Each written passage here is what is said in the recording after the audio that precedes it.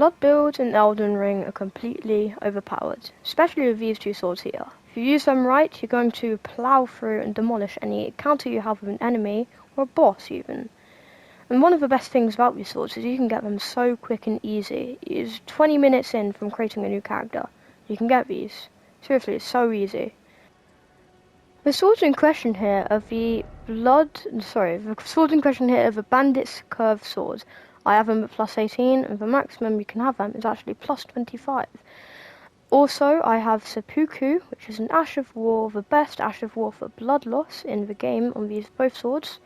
So that is quite late game, so this is not early if you want the seppuku thing, but the swords are really early and easy to get. If you guys want to get this, which is what I highly recommend you do, all you're going to want to do is go to the Church of Pilgrimage in Limgrave on this island here.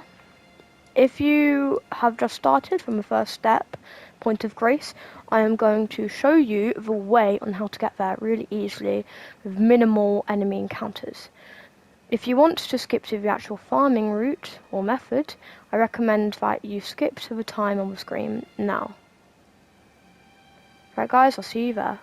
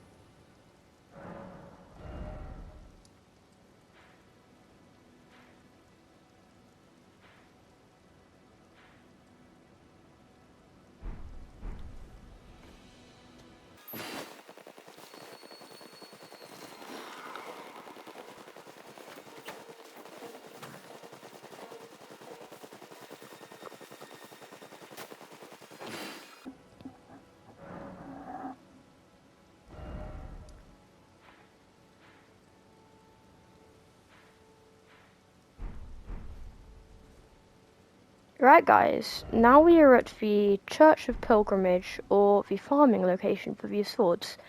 What you're going to want to do is activate the Point of Grace here, and if you want you can collect the tier thing from the statue. That's not where we're going to go. We're going to go to the left and through this broken wall. We're going to be killing some skeleton mobs, and the one we're going to be killing is this guy with the two swords here. So because they're skeleton mobs, they're going to resurrect once they die. As you can see, they are going white and shaking and getting back up. So if you want to maximize this process by killing them really easily, you're going to want to get an Ash of War, which is called Sacred Blade, which will really easily kill them. For this, we're going to need to kill one of those dung beetles that you can find around the map. We're going to travel to the third Church of Marika Point of Grace.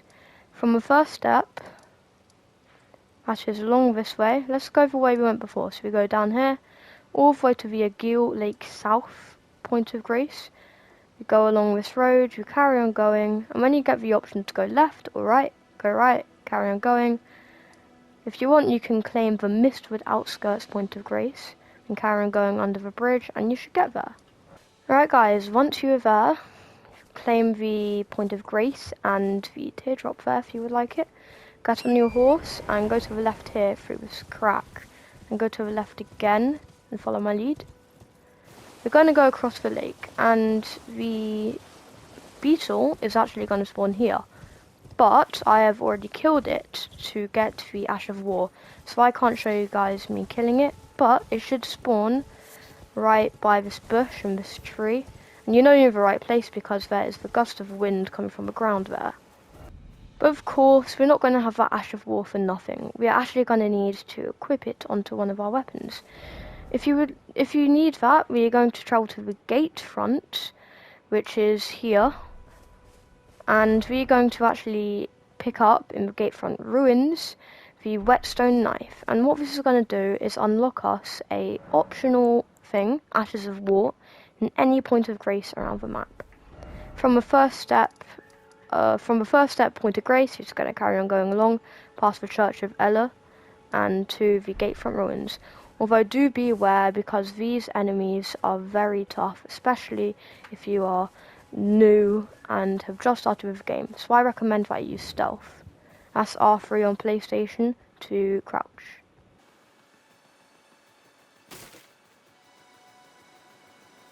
You're going to go through this crack in the wall, and be aware there is a man with a torch and a dog.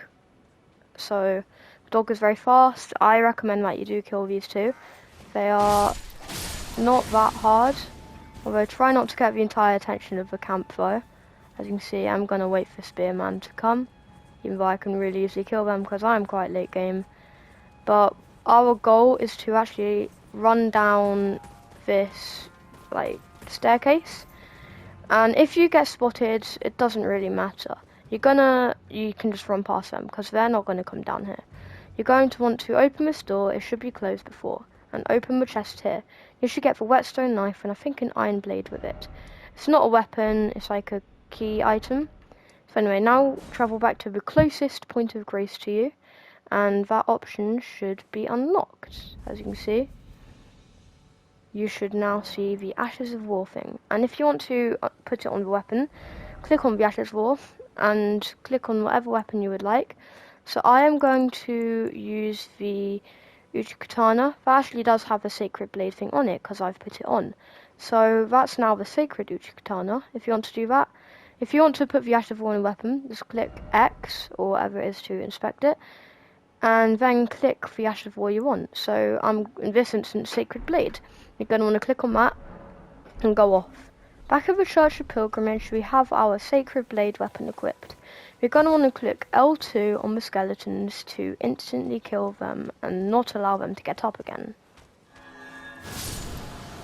Our sword is going to go yellow, and we're going to shoot a blade from our sword. So for what they're going to drop from the skeletons, the thing we are looking for, and it is called, as I said, remember, the Bandit's Curve Sword. So it's quite a low drop chance from the skeletons.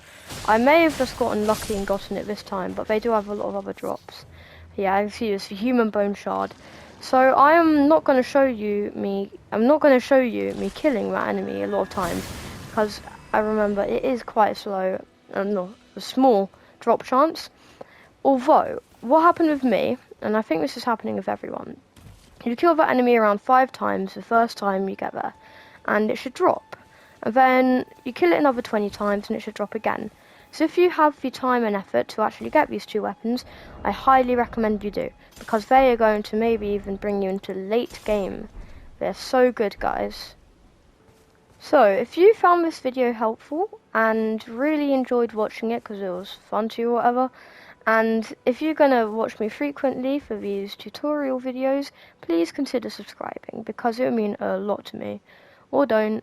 Anyways, that'll be me gone, and I'm going to show you some gameplay of these swords. See you in the next one, if you decide to come on to the next one. Bye!